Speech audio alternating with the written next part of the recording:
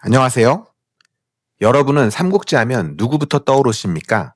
조조, 유비, 송건, 그리고 제갈량. 우리가 알고 있는 삼국지는 중국 대륙의 영웅들이 펼치는 전쟁 이야기입니다.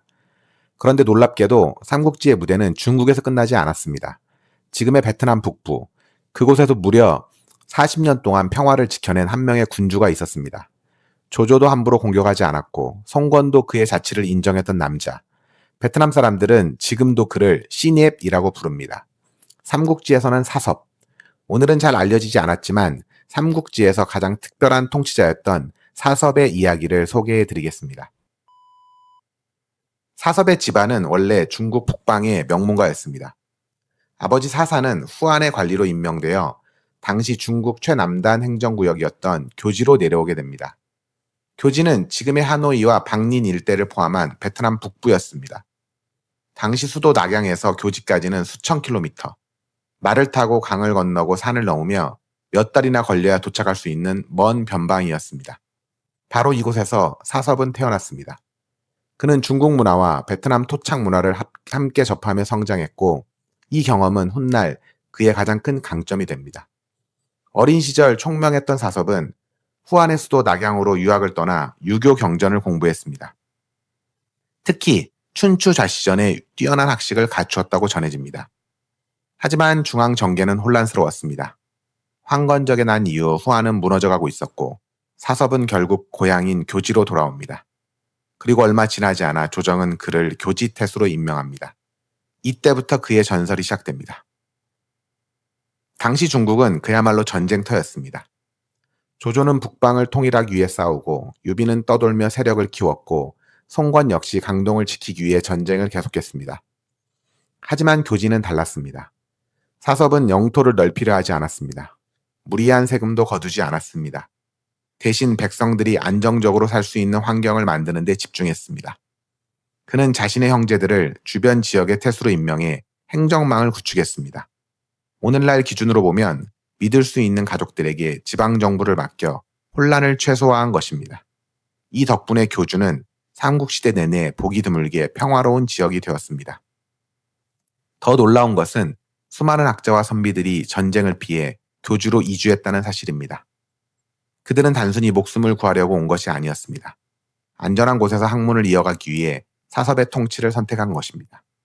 사섭 역시 이들에게 관직을 주고 교육을 장려했습니다. 그래서 베트남에서는 지금도 사섭을 남교학조, 즉 남쪽 땅에서 학문의 기초를 세운 사람으로 기억합니다. 사섭이 위대한 이유는 전쟁을 잘해서가 아닙니다. 바로 외교였습니다. 당시 형주의 유표, 후한 조정, 그리고 훗날 송건의 오나라까지 강대국들이 모두 교지를 노리고 있었습니다. 하지만 사섭은 어느 한쪽 편에만 서지 않았습니다. 후한의 관직을 받아들이면서도 독립적인 행정을 유지했습니다. 유표와도 정면 충돌하지 않았고, 적벽대전 이후에는 새로운 강자가 된 송건과도 우호 관계를 맺었습니다.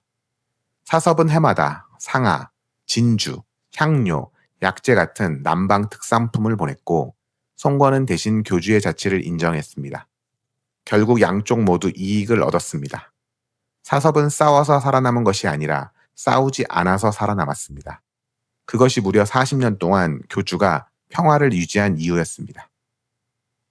226년, 사섭은 약 90세의 나이로 세상을 떠납니다. 그가 살아있는 동안에는 누구도 교주를 함부로 건드리지 못했습니다. 하지만 그가 죽자 송건은 즉시 교주를 직접 통치하려 했습니다. 사섭의 아들 사위가 반란을 일으켰지만 결국 패배했고, 사씨 가문의 시대도 막을 내립니다. 그런데 흥미로운 점이 있습니다. 중국에서는 사섭이 수많은 지방관 가운데 한 명으로 기억하지만, 베트남에서는 지금도 시니앱이라는 이름으로 존경받고 있습니다. 박린성에는 사섭을 모신 사왕사가 남아있고, 지금도 제사를 지내며 그를 기리는 사람들이 있습니다. 물론 평가는 엇갈립니다. 중국의 지방관이었다는 시각도 있고, 학문과 평화를 가져온 지도자라는 평가도 있습니다. 하지만 분명한 사실은 1800년이 지난 지금도 베트남 역사 속에서 그의 이름이 살아있다는 것입니다. 우리는 삼국지를 읽으며 조조의 전략을 배우고, 유비의 의리를 이야기하며 제갈량의 지혜를 떠올립니다. 하지만 삼국지에는 칼보다 외교를, 전쟁보다 평화를 선택했던 또 한 명의 군주가 있었습니다. 그의 이름은 사섭, 베트남에서는 시니앱. 어쩌면 그는 가장 많은 전투에서 승리한 영웅은 아니었지만 가장 오래 평화를 지켜낸 통치자였는지도 모릅니다. 언젠가 베트남을 여행하게 된다면 하노이의 거리와 박린의 사왕사를 한번 찾아가 보십시오.